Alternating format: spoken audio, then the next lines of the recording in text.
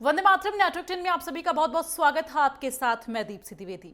भोपाल में बदमाशों ने पुलिसकर्मियों पर धारदार हथियार से हमला कर दिया है और आपको बता दें कि थाना कोहफिजा क्षेत्र का यह पूरा मामला है, जहां बदमाशों को पकड़ने गई पुलिस टीम पर बदमाशों ने धारदार हथियार से हमला किया है, जिससे 2 पुलिसकर्मी गंभीर रूप से घायल हुए हैं, जिन्हें जिला हमीदिया अस्पताल में भर्ती कराया गया है। वहीं नगर निगम ने कार्रवाई करते हुए बदमाशों के अवैध निर्माण को और दुकानों को तोड़ा है और अभी तक बदमाशों के लगभग 10 अवैध जगहों पर जो अवैध कब्जा किया गया था 10 जगहों पर वहां पर कार्रवाई की गई है।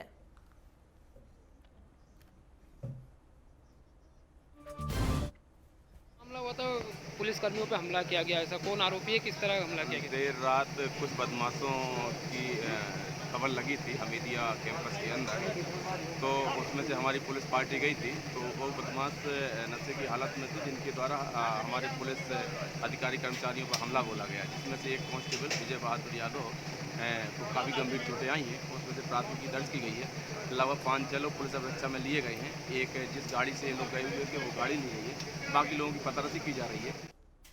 रांची के लिए मुख्यमंत्री हेमंत सोरेन ने 84 करोड़ रुपए की विकास योजनाओं का शिलान्यास किया है। इन योजनाओं में जयपाल सिंह स्टेडियम और मोरहाबादी मैदान और साथ ही बड़ा तालाब का सौंदर्यीकरण, कांके रोड पर अर्बन हाट का निर्माण और सहजानंद और साथ ही अरगोड़ा चौक का सुधार कार्य समेत सड़क और नाली निर्माण शामिल हैं। सिर्फ नाली सड़क ही नहीं कि वातावरण को भी स्वच्छ बनाने के लिए हरा भरा करने का भी एक कार्यक्रम जो हम लोग प्रारंभ करने जा रहे हैं शहर में, उसमें भी आप लोग अपना भूमिका निभाएं। बाकी अभी आप लोग कुछ दिन पहले ही यहां हम लोगों ने धूमकुड़िया का भी शिलान्यास किया है। आज ये स्टेडियम का सौंदर्यीकरण और कई छोटे बड़े योजनाएं, आज ये बड़ा तालाब, मैंने तो इसको शुरू से नहीं देखा, अपने जीवन काल से पहले से ही है ये, लेकिन जिस तरीके का ये बड़ा तालाब हुआ करता था, आज उस बड़ा तालाब को देखकर निश्चित रूप से काफी मन को तकलीफ होता है। ये क्या से क्या हो गया। मुख्यमंत्री हेमंत सोरेन से झारखंड मंत्रालय में शुक्रवार को कोल इंडिया लिमिटेड के अध्यक्ष प्रमोद अग्रवाल ने मुलाकात की और मुख्यमंत्री ने कहा कि कोल इंडिया लिमिटेड को खनन के लिए राज्य सरकार की ओर से जो सरकारी जमीन दी गई है उस पर 56,000 करोड़ रुपए का बकाया है। बकाया राशि का भुगतान कोल इंडिया लिमिटेड राज्य सरकार को शीघ्र करे और कोल इंडिया लिमिटेड के अध्यक्ष इस दिशा में पहल करें। मुख्यमंत्री ने कहा कि कोयले की रॉयल्टी और साथ ही वॉल्यूम आधार पर कोल इंडिया लिमिटेड राज्य सरकार को देना सुनिश्चित करे। मुख्यमंत्री ने प्रमोद अग्रवाल से कहा कि जिस क्षेत्र में माइनिंग हो जाती है वहां सीसीएल वृहद वृक्षारोपण कार्य करे।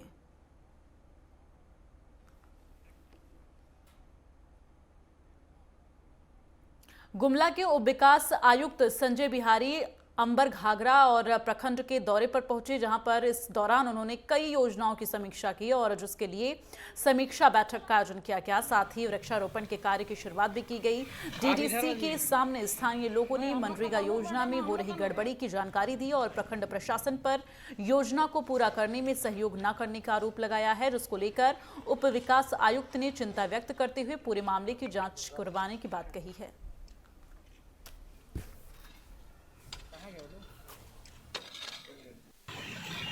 करनी और नवाडी घाघरा के 3 ग्राम पंचायत के भ्रमण का कार्यक्रम है, जहां हम लोग मुख्यतः अभी बिरसा हरित ग्राम योजना के तहत जो नए वृक्षारोपण होने जा रहे हैं उसके कार्यों का निरीक्षण किया जाएगा। साथ ही जो वहाँ हैं मनरेगा की जो भी योजना है, दीदी बाड़ी हो, प्रधानमंत्री आवास योजना हो या ग्रामीण विकास विभाग, समाज कल्याण विभाग के द्वारा अन्य क्रियान्वित योजनाओं की भी एक हम लोग भ्रमण के दौरान निरीक्षण करेंगे।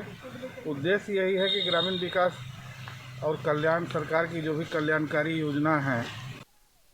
बिहार सरकार के पूर्व मंत्री और राष्ट्रीय जनता दल के राष्ट्रीय महासचिव श्याम रजक रांची पहुंचे, जहां राष्ट्रीय जनता दल के सभी प्रकोष्ठ के अध्यक्ष जिला अध्यक्ष, महानगर अध्यक्ष सहित सभी नेता और कार्यकर्ता उनका स्वागत करने हवाई अड्डे पर पहुंचे। राष्ट्रीय महासचिव श्याम रजक ने कहा कि राष्ट्रीय जनता दल के संगठन को और मजबूत करने और पूरे झारखंड में अपने संगठन के माध्यम से महागठबंधन की सीटें ज्यादा से ज्यादा जीतने और मोदी सरकार को परास्त करने की रणनीति को लेकर वो दो दिवसीय दौरे पर रांची आए हैं और इस विषय में कल वो प्रदेश कार्यालय रांची में राष्ट्रीय जनता दल के सभी नेताओं और कार्यकर्ताओं के साथ बैठक करेंगे।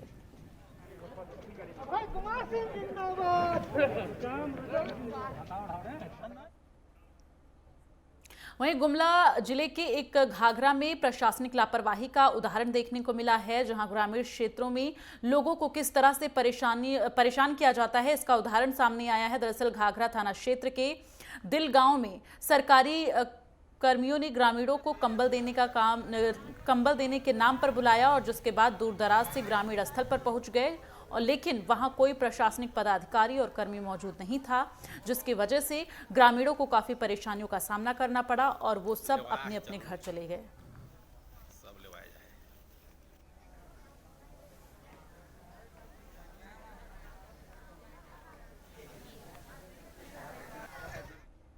झारखंड के कोडरमा में विवाहिता की संदिग्ध मौत हो गई, जिसके बाद महिला के परिजनों ने ससुराल पक्ष पर हत्या का आरोप लगाया है और अभी तक ससुराल पक्ष के लोग फरार हैं, जिनकी तलाश पुलिस कर रही है।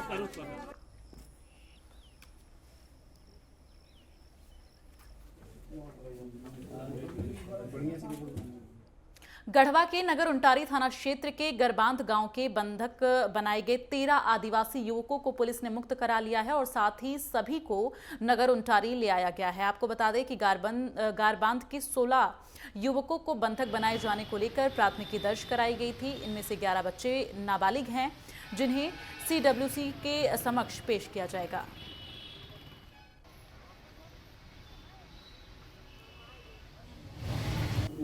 देखिए, पिछले दिनों नगर उटारी के गरबांध गांव से आदिवासी समुदाय के 16 बच्चों को ठेकेदार अरुण सिंह और बद्री नारायण सिंह, जो यूपी सोनभद्र के हैं, इन लोगों को बहला फुसला के काम करने के लिए ले गए, जहां उसे बंधक बना कर रख लिया गया था और वो उनसे अपना तरीके से काम करवा रहे थे। बंधक बनने की सूचना जब मिली तो इसके बाद पुलिस टीम बनाई गई और पुलिस टीम जाकर सभी बच्चों को मुक्त करा के वापस लाई गई। बोकारो स्टील प्लांट में आग लगने से हड़कंप मच गया। आग लगने से कर्मचारियों में अफरा तफरी का माहौल हो गया, जिसके बाद सूचना पर पहुंची दमकल की गाड़ियों ने आग पर काबू पा लिया।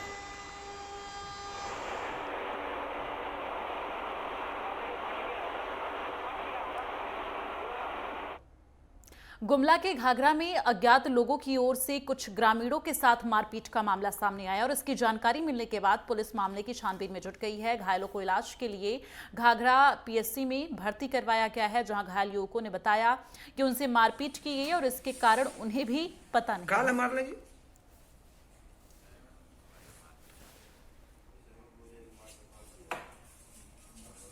रांची के सिकिदरी थाना क्षेत्र में नवविवाहिता की हत्या की गुत्थी पुलिस ने सुलझाते हुए हत्या के आरोपी को भी गिरफ्तार कर लिया है। मामला प्रेम प्रसंग से जुड़ा हुआ है, जिसमें पुलिस ने युवती के प्रेमी को हत्या के आरोप में गिरफ्तार कर लिया और बताया जा रहा है कि आरोपी प्रेमी अपनी प्रेमिका की शादी से नाराज था और इसी के चलते उसने इस वारदात को अंजाम दिया। कैसे मारा? हत्या कैसे किया? बोलो। सिकिदरी थाना अंतर्गत एक डिमड़ा करके गांव है, उसी में सुरोधनी कुमारी की शादी अभी हाल में ही हुई थी और शादी हंसी खुशी के साथ हुई। उसके बाद 10-12 दिनों के बाद जब वो मैके लौटी है तो मैके लौटने के बाद मुश्किल से 1 से 2 दिन के बाद इसका डेड बॉडी मिला और डेड बॉडी मिला तो उसमें गर्दन पे काफ़ी निशान था, चेहरे पर भी जख्म था।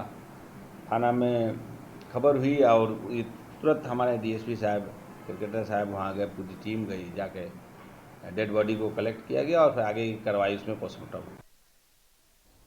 Cell authority of India limited factory में काम करने के दौरान एक दिहाड़ी मजदूर की मौत हो गई और एल्वेस्टर सीट बदलने के दौरान मजदूर ऊंचाई से गिर गया, जिससे मौके पर ही उसकी मौत हो गई। बताया जा रहा है कि मजदूरों की सुरक्षा के लिए कोई पुख्ता इंतजाम नहीं किए गए हैं और ना तो मजदूरों को सेफ्टी बेल्ट दिए गए हैं और ना ही हेलमेट।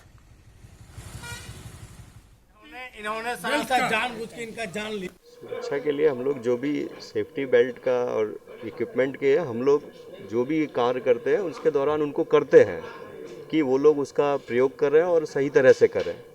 और अभी भी हम लोगों ने वो किया था, लेकिन कई बार है कि आप जोर कर रहे हैं कि करने के लिए, लेकिन हम लोग उसमें देखेंगे, अभी इन्वेस्टिगेट करेंगे कि जो कार्य हुआ अभी वो किस तरह से किया गया। ये चीज़ का अभी किया जाएगा कि किस तरह से ये कार्य किया गया, कि उसको कहाँ पे अनदेखा हुआ, इसके बारे में अभी हम लोग जांच पड़ताल करेंगे।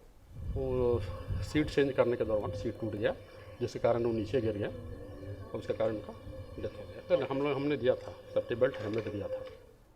आगे बढ़ते हुए खबर रोहतास के विक्रमगंज से है, जहां निजी अस्पताल की गुंडई सामने आई। दरअसल अस्पताल के एमडी सहित 5 लोगों ने मारपीट मामले में गिरफ्तार भी उन्हें कर लिया गया है और पुलिस ने सीसीटीवी में जांच के बाद 5 आरोपियों को गिरफ्तार किया है। जानकारी के मुताबिक अस्पताल के एमडी ने अपने साथियों के साथ मिलकर मुखिया के घर में तोड़फोड़ की थी, जिसके बाद पीड़ित की शिकायत पर पुलिस ने कार्रवाई को अंजाम दिया है।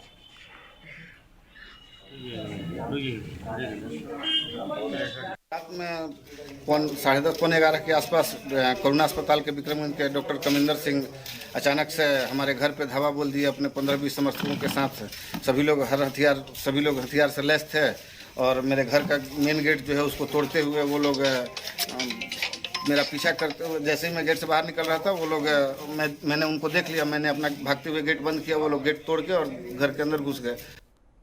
बुलेटिन में आगे बढ़ते हुए आपको बता दें, औरंगाबाद पुलिस को बड़ी सफलता हाथ लगी है, जहां देव प्रखंड के उप प्रमुख मनोज सिंह की हत्या में शामिल एक नक्सली को पुलिस ने गिरफ्तार कर लिया है। आरोपी पर पहले भी कई धाराओं में केस दर्ज हैं और अब नक्सली को जेल भेज दिया गया है।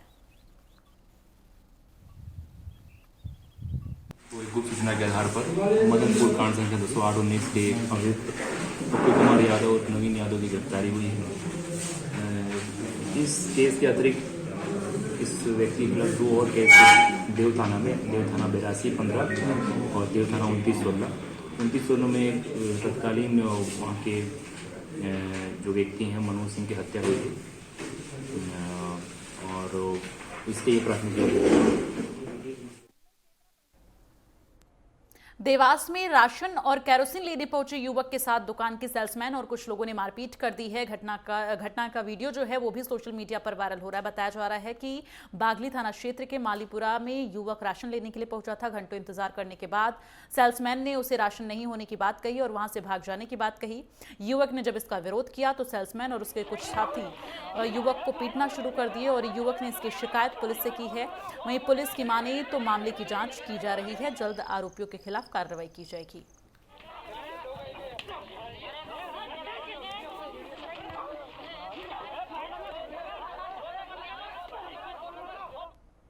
देश भर में कोरोना की तीसरी लहर की आशंकाएं जताई जा रही हैं। कई हिस्से में तो कोरोना के मामलों में एक बार फिर से यहां पर तेजी आना शुरू हो गया है। बिलासपुर में यूनिसेफ और साथ ही MCCR की ओर से रोको टोको अभियान चलाया जा रहा है, जिसके तहत लोग नगर निगम के अंतर्गत आने वाले वार्डों में घर घर जाकर कोरोना से बचाव संबंधित जानकारियां दे रहे हैं और इसके अलावा वैक्सीनेशन को लेकर भी जो लोगों के बीच भ्रांतियां फैली है उसे भी लेकर जागरूकता फैलाई जा रही है। वैक्सीनेशन के सरलतम तरीकों को बताया जा रहा है।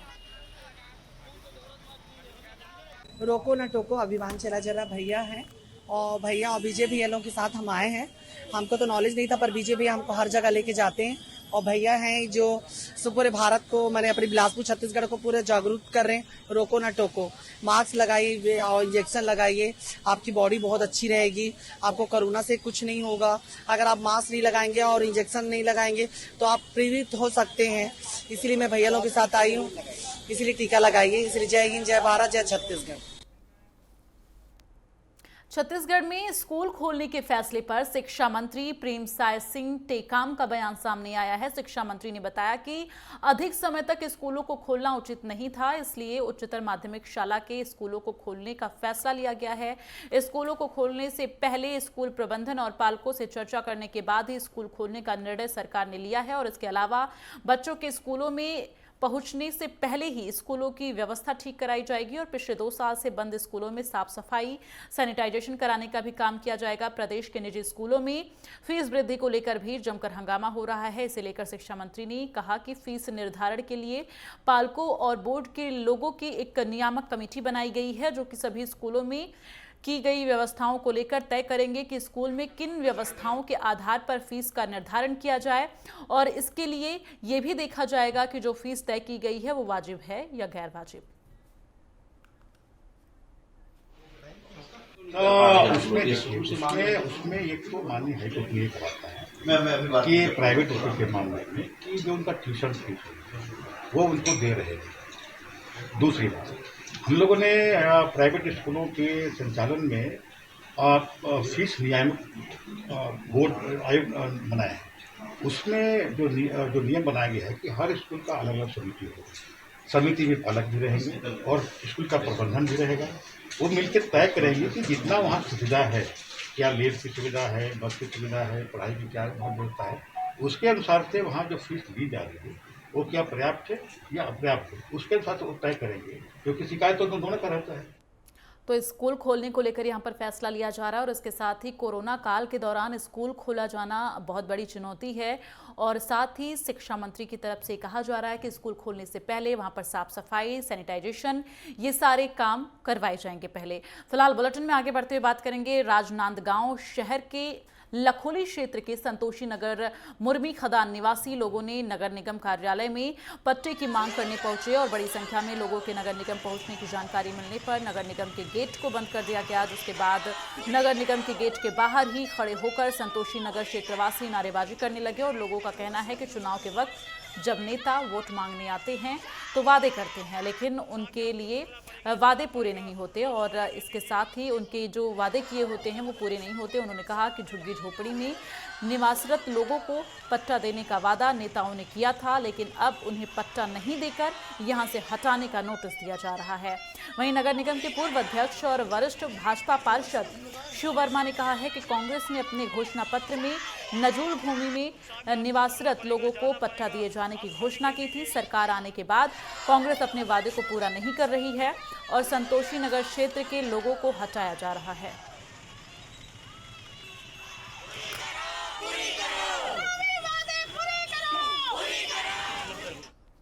बिलासपुर प्रेस क्लब चुनाव के मद्देनजर पत्रकार सम्मेलन समारोह आयोजित किया गया, जिसमें शामिल होने वरिष्ठ पत्रकार सहित सैकड़ों की संख्या में पत्रकार साथियों ने अपनी उपस्थिति दर्ज कराई। वरिष्ठ पत्रकारों ने आशीर्वाद पैनल के सभी पदाधिकारियों को शुभकामनाएं दी और मौके पर उपस्थित वरिष्ठ पत्रकारों ने कहा कि बिलासपुर प्रेस क्लब पदाधिकारियों की ओर से चुनाव जीतने के लिए हर चुनाव से पूर्व प्रेस क्लब में गैर पत्रकारों के नाम जोड़कर प्रेस क्लब की सदस्यता दी जाती है और इन्हीं गैर पत्रकारों की वजह से पत्रकार वार्ता के दौरान पूछे गए सवालों से पत्रकारों को शर्मिंदा होना पड़ता है। उनका कहना था कि बिलासपुर प्रेस क्लब में चुनाव परिणाम आने के बाद जो भी होगा वो क्लब के सभी सदस्यों की जानकारी व उनकी सहमति से होगा।